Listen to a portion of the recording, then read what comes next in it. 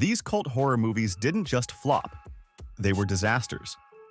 Number 1 on this list was so hated, theaters canceled screenings, while number 7 has a backstory darker than the film itself, from mysterious deaths to real-life horror. How did these 70s horror films go from box office bombs to cult classics? The Heretic had the impossible task of following up The Exorcist, one of the most successful horror movies ever made. This sequel picks up 4 years after the first, with Father Philip Lamont investigating the mysterious death of a priest and the young girl thought to be possessed.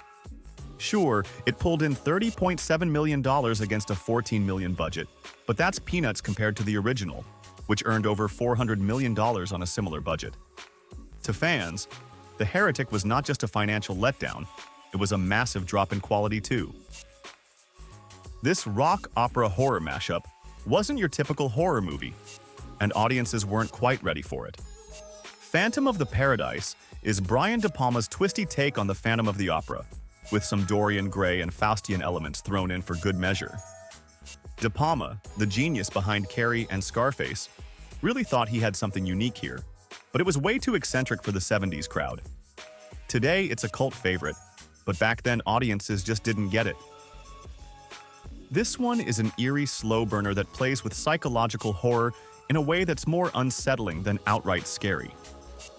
The story follows Jessica, fresh out of a mental institution, trying to restart her life with her husband at a creepy old farmhouse. When they find a mysterious woman squatting there, Jessica's already fragile mental state spirals as she questions what's real and what's in her head. With a box office return that didn't even hit $50,000, it was a commercial bust. But horror fans today have a soft spot for its atmospheric tension. If you've got melissophobia, beware. The Swarm is all about killer bees on a rampage. The movie follows Dr. Bradford Crane, a scientist racing to stop a swarm of deadly bees from terrorizing Texas. Sounds intense, right? Well, in reality, it turned out more ridiculous than scary.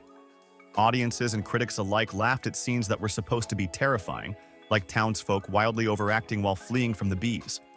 Even with big names in the cast, the film barely clawed back a fraction of its budget, making it a financial flop and a stinger of a film. The Stepford Wives is a psychological horror that's about as creepy as it is clever. It follows Joanna Eberhardt as she moves to Stepford, Connecticut, where the local women seem off. They're gorgeous, but totally subservient to their husbands, with zero personality or interests. The eerie premise didn't quite hit with theater audiences, and it only made $4 million, well below expectations. A 2004 remake tried to recapture the magic with big names like Nicole Kidman, but it bombed just as hard. Black Christmas took the holidays in a sinister direction, centering on a sorority house terrorized by a twisted caller. What begins as a holiday party turns deadly as Jess Bradford and her sorority sisters realize they're being stalked by a killer hiding right under their noses, in the attic. A slasher film set during Christmas should have been a hit, but this one couldn't catch a break. It went through multiple title changes, and by the time it hit TV, Ted Bundy's sorority house murders had struck too close to home.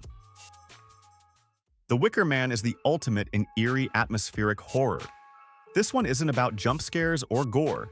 Instead, it draws you in with the unsettling vibe of a small Scottish island where pagan rituals are alive and well. Edward Woodward stars as a devout Christian detective searching for a missing girl, but he finds way more than he bargained for. While critics loved it, giving it a solid 91% on Rotten Tomatoes, the box office was a disaster, barely scraping by with around $475,000. Despite multiple attempts at remakes and sequels, nothing has ever captured the original's unique, haunting feel. Also known as The Haunting of Julia, this horror film stars Mia Farrow as a mother grappling with the tragic death of her daughter. Moving into a new home, she becomes haunted by a childlike ghost and slowly unravels. Details about its box office earnings are hard to come by, but by all accounts, this one flopped. Even Farrow's star power couldn't save a story that many found too predictable to be worth a trip to the theater. If body horror with a twist of dark magic is your thing, then the Manitou might be right up your alley. It's about a woman named Karen who discovers that a mysterious tumor on her neck is actually a fetus. To make things weirder, she starts speaking in strange languages, and bad things begin happening to everyone around her. Director William Girdler's death in a helicopter crash before the film's release only added to the film's troubled production. The Sentinel follows a young model who moves into a historic Brooklyn brownstone, but it's not the fresh start she was hoping for. Strange noises, fainting spells, and odd neighbors add up to one creepy mystery.